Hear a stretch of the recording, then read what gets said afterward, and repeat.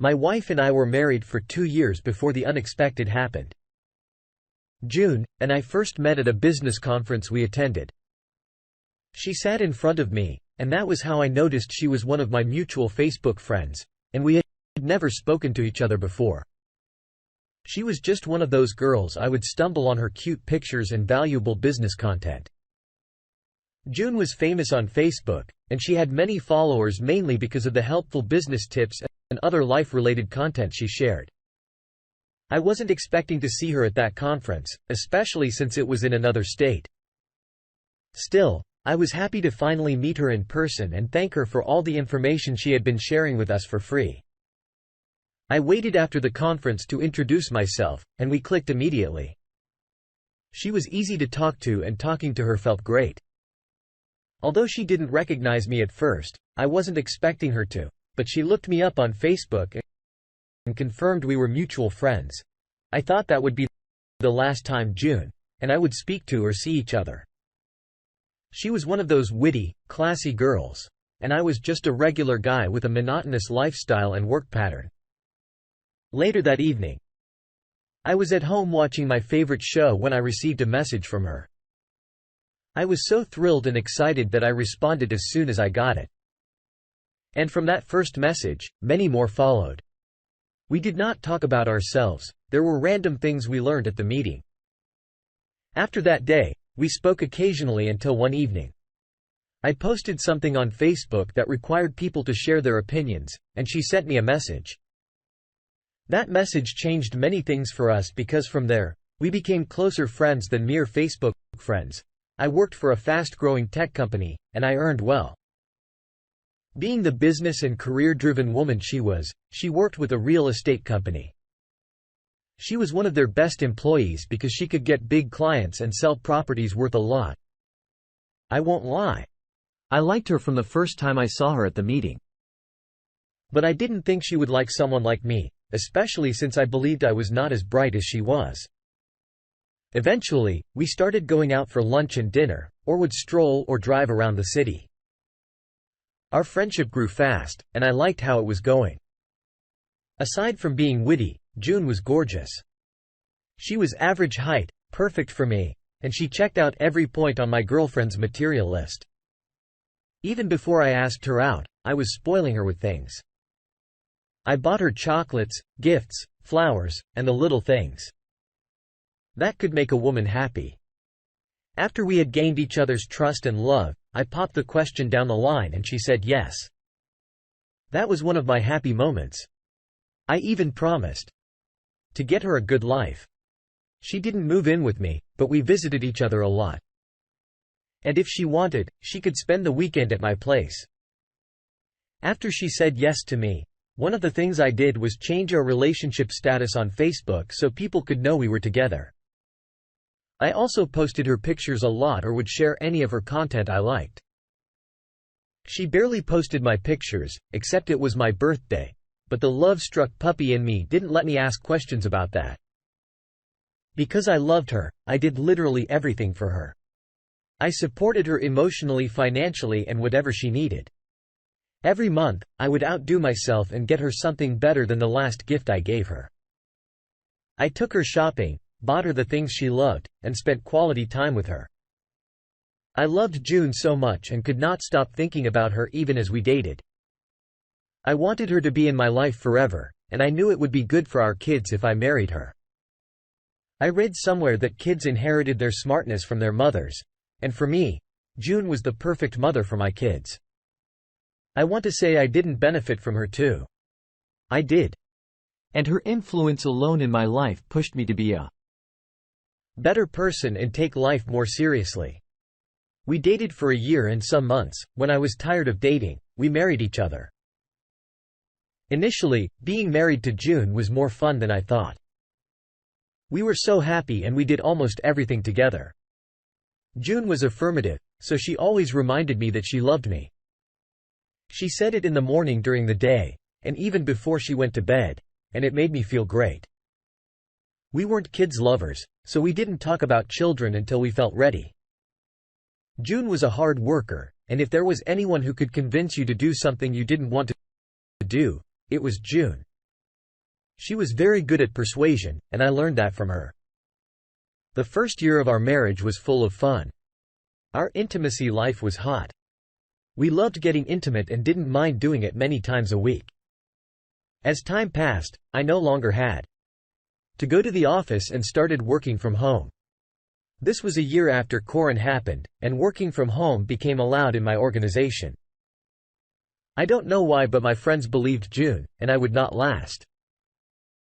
They said we were two different people and didn't think June would settle with a man like me.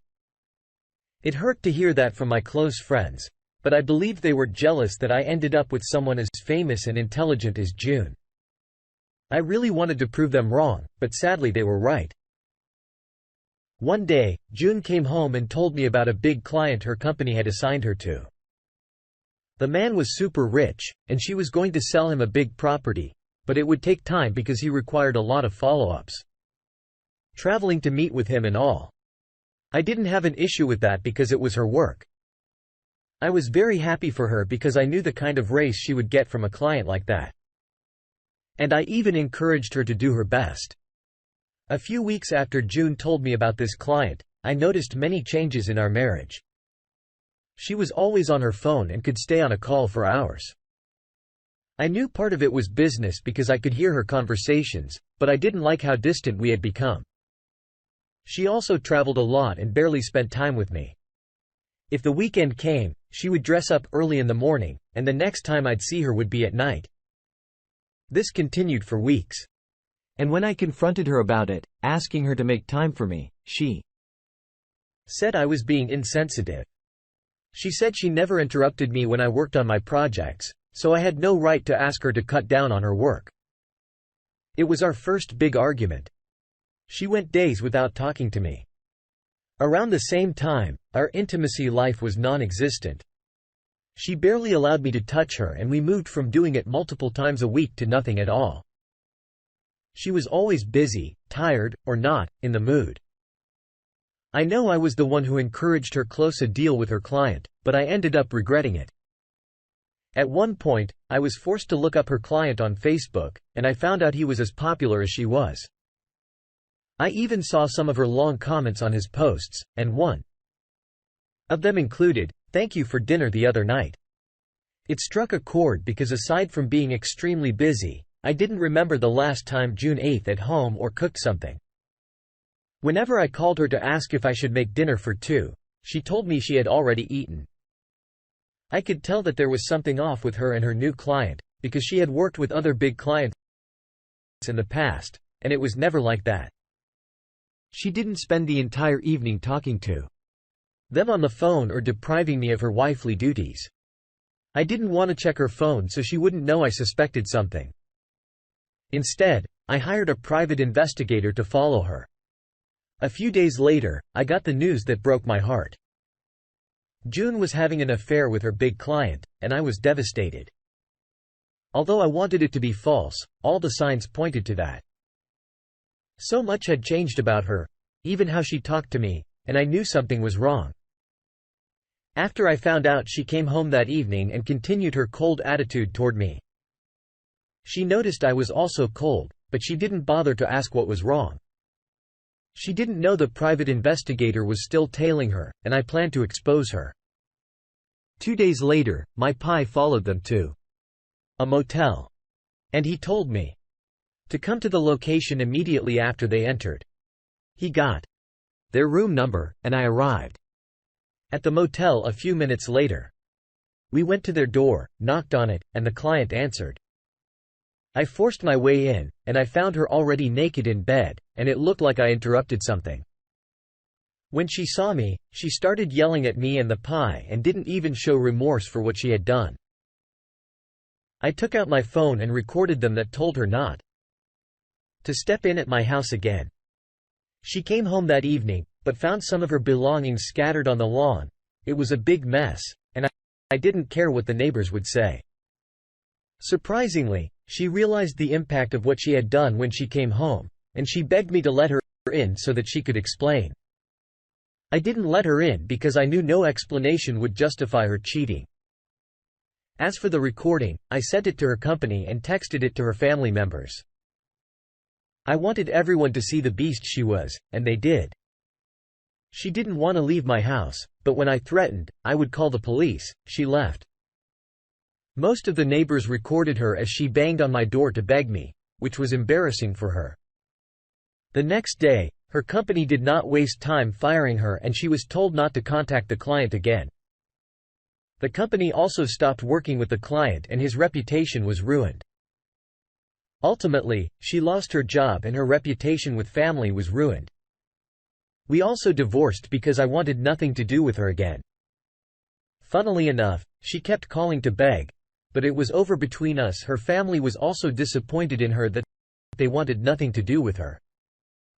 It was a very painful experience, and I have moved on by not remarried. I'm unsure I will, but let's see how life goes.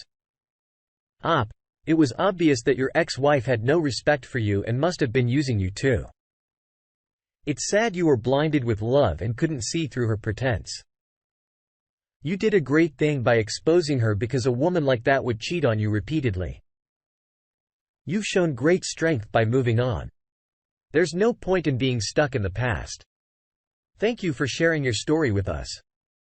Now let's move on to the next story of the day. My girlfriend and I were in a relationship for 2 years, and we loved each other so much. For the record, this is my first time sharing my story here. I have been an active follower for a while, and I didn't think a moment like this would come in my life. Being in a relationship with my ex-girlfriend was sweet, and I enjoyed every bit of our relationship while it lasted. She was everything I wanted in a woman. She was respectful and never raised her voice at me in an argument or hit me. Yes. We fought a lot, but I never allowed her to leave the house angrily because I understood how bad things could get if she left. We would always settle it out and then make things up to each other. She was hardworking and beautiful, and I thought I could trust her. For someone who had just been out of a toxic and disrespectful relationship, I believed it was such a relief to end up with someone like my ex-girlfriend, but in the end, I was disappointed. Things were fine between us, and we were still two lovebirds who could not do without each other until the second year of our relationship. A year and some months after we started dating, her father fell ill, but it wasn't serious. It was a roller coaster because he would get well 1 week and the following week he would fall ill again. We were worried, and we supported him, whether financially or emotionally. Also, my ex-girlfriend's older brother lived in the same town with their dad, while their younger sister, who was still in high school, lived in the same house with their dad, and they were the ones looking after him.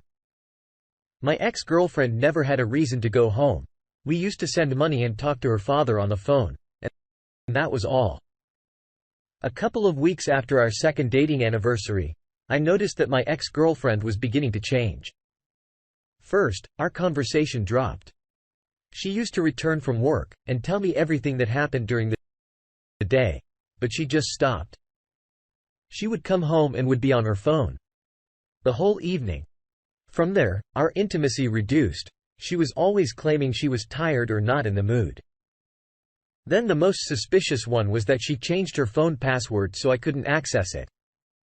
When I asked her about the phone password, she didn't give me a good reason for changing it. Around the same time, she told me she wanted to visit her father that weekend because she didn't think her older brother and younger sister were doing a great job, and I allowed her. I believed it would only be for that weekend, but it wasn't. It continued with other weekends, and she would get excited each time the weekend approached, which was odd for someone looking after an old sick man. I also noticed that the clothes she took were some of her most beautiful and exposing gowns she only wore for me, and I suspected something was wrong. Funnily enough, every time I called her sick father to confirm if she was there, he would tell me she just left the house, which continued for weeks. Our relationship continued to grow cold, and the distance between us was evident. I knew she was always talking to someone on the phone, and whenever I asked her who it was, she would say she was talking to her best friend, which I never believed. When I couldn't take it anymore, I hired a pie to follow her to her hometown, and he followed her from the moment she left my house on a Friday evening. Her town was 40 to 45 minutes away from the city we lived in. so she got there before sunset.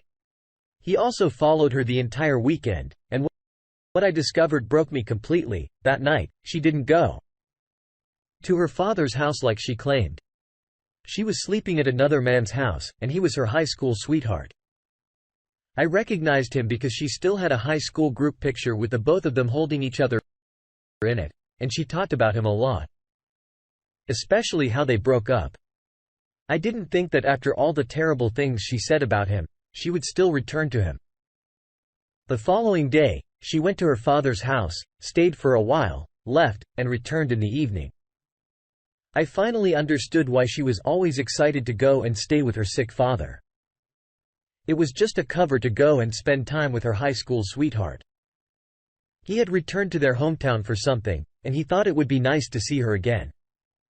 I had seen videos and photos of them kissing in public, him holding her waist, and the both of them cuddling in restaurant and feeding each other. I was devastated and heartbroken. I didn't think she could do that to me and throw away all the plants and everything we worked for. I was so angry that I moved her things out of the house, and left them on the porch. I also changed the locks so she couldn't access the house with her keys. When she returned that Sunday, she was shocked to see her stuff outside. She knew something was wrong, but kept asking what she had done wrong like she was innocent. When I sent her the reason, she went on her knees and started to beg. She told me nothing happened between them and only wanted to spend the weekends with an old friend. Funnily enough, that was their last weekend together because he was leaving the country, but I didn't care. I didn't let her enter the house, and she eventually packed her things and left. I was very hurt. And I'm still hurt. She tried coming back many times and didn't stop blowing my phone, but that was the end of the road for us. It's been 2 years, and I still can't get over everything. She damaged what was left of my heart, and I hope I can heal again. There's no need to hurt or cry over spilled milk. Your ex-girlfriend did not deserve you. She thought she could eat her cake and have it. You did the best thing by getting rid of her. She's terrible for your life, and you don't need ungrateful or unfaithful people. I hope you get over this soon. Thank you all for taking the time to listen to today's stories. If you enjoyed listening, please feel free to like and subscribe if you haven't already. Also, comment below with your thoughts.